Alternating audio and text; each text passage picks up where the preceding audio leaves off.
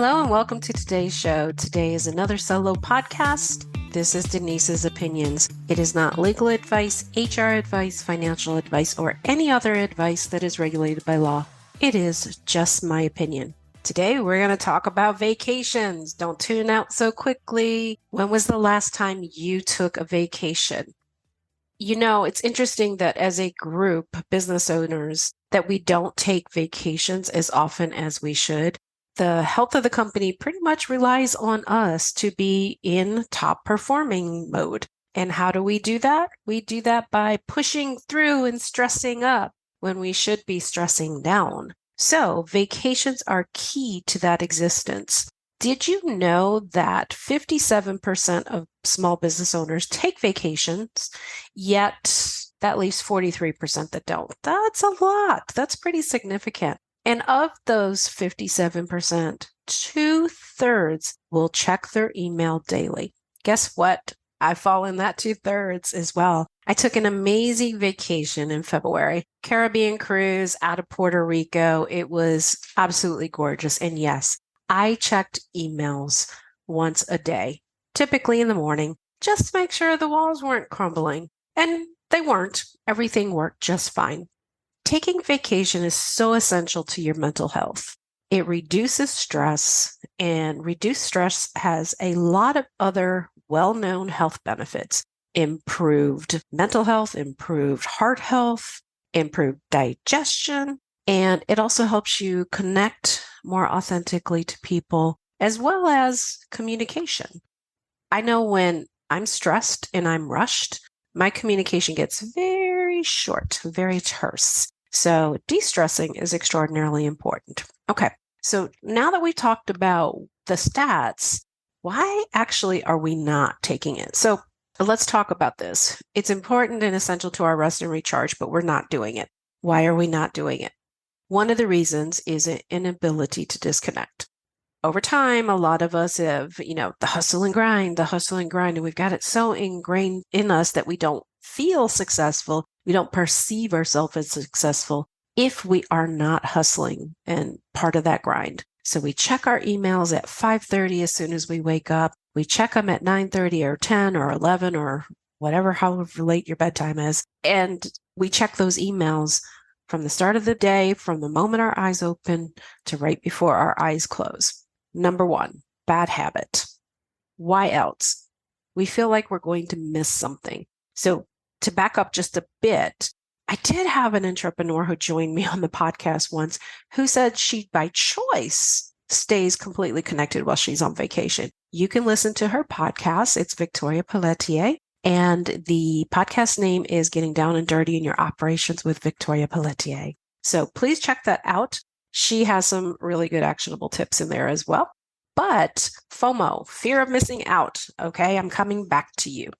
What are we afraid of missing out on? We're afraid of missing out on connections and potential new business. We're afraid of missing some important details.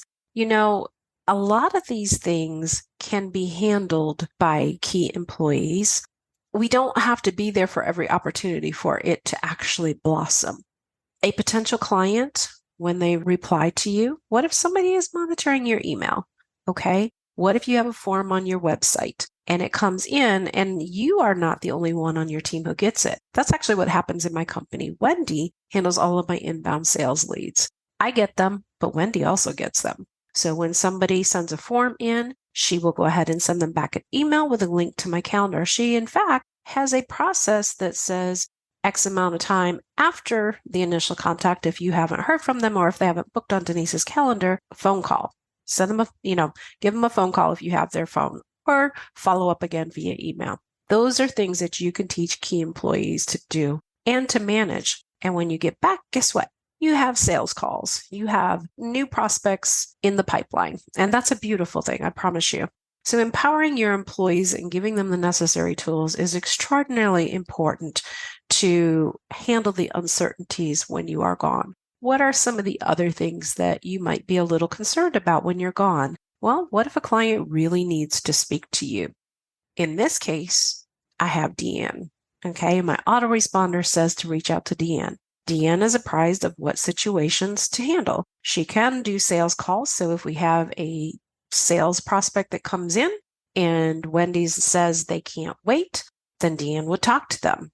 If it is a client complaint, if there's a complaint or a problem or something where they just simply have a question, she has access to everything she needs, from agreements to contact information, to be able to handle those problems. And it's easy enough to go ahead and put the things in place. Templates, standard operating procedures that tell them step by step exactly what they need to do in the most prevalent types of situations. I get it that you're not going to be able to handle or anticipate everything that could happen, but you do want to set them up for success for the more likely things that will happen. Think Pareto's rule, 80-20. 80% of your problems, concerns, worries are caused by 20% of the activity.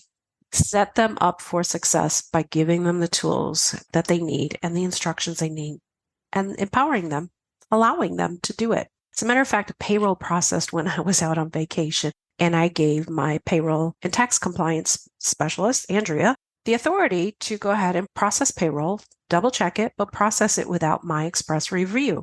And I'm thinking, why don't I do that normally? Because there was no issue with it when I was on vacation. So that sounds like something that I can probably let go. See, some days I even teach myself.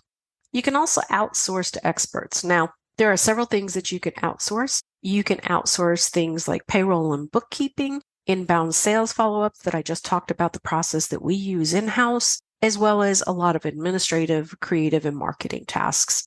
Easy peasy, lemon squeezy. You can 100% outsource those items.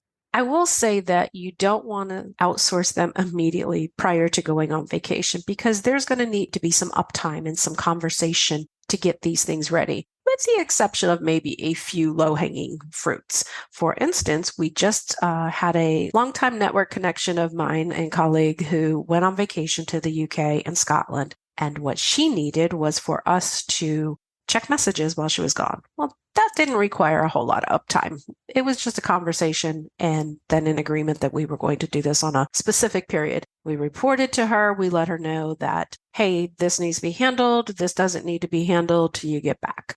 And that's what we did. So a simple solution like that could also set your mind at ease while you go on vacation. And yes, please take that vacation. So here are a few other things to think about. I did a podcast with a guest called Carrie Ann Powell, is her name. And the podcast talked about how to step away from your business without feeling like it will implode. And the actual title is, Does Your Team Allow You to Confidently Step Away from Your Business? I encourage you to check this out. It's got some great actionable tips about empowering your team and upskilling them so that you really can step away, whether it's for a vacation or, in her case, she talks a little bit about the exit strategy. This is Denise coming at you with another segment of Denise's Opinions. Reach out to me. I'd love to hear where your next vacation is, or when even.